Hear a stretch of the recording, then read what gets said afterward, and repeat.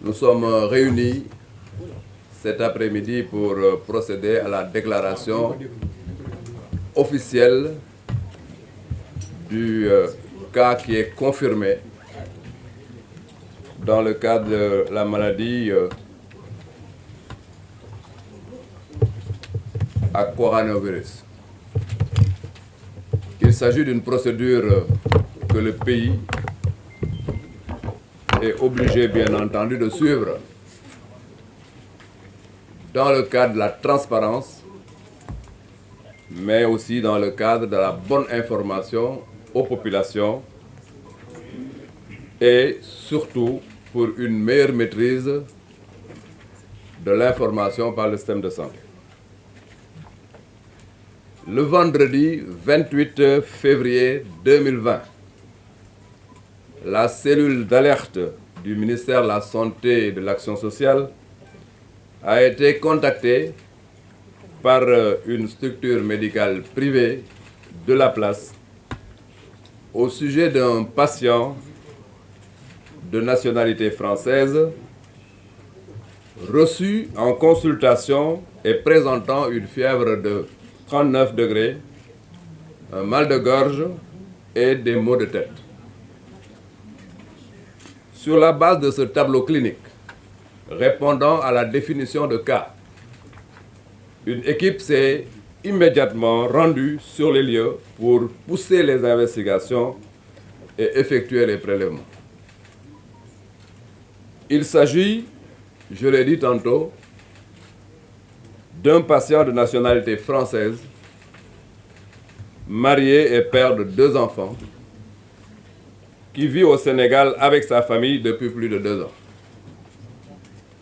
Il a séjourné en France, précisément à Nîmes et à la station de ski de la région d'Auvergne-Rhône-Alpes, dans la période du 19 au 25 février 2020. Il est arrivé au Sénégal le 26 février 2020 après ses vacances. Le patient est actuellement mis en quarantaine au centre de traitement du service des maladies infectieuses et tropicales de l'hôpital Fann. Les résultats des tests effectués par l'Institut Pasteur de Dakar se sont avérés positifs. À ce jour, l'état du patient ne suscite aucune inquiétude majeure. Ainsi, le dispositif de surveillance et de riposte au Covid-19 est renforcé et tous les moyens sont mis en œuvre pour circonscrire la maladie. Il s'agit bien sûr de la gestion des cas contacts, particulièrement de ses 2 enfants et de son épouse. L'Organisation mondiale de la santé a été informée conformément au règlement sanitaire international. Le ministère de la Santé et de l'Action sociale appelle l'ensemble de la population à la sérénité et au respect strict des mesures de prévention recommandées.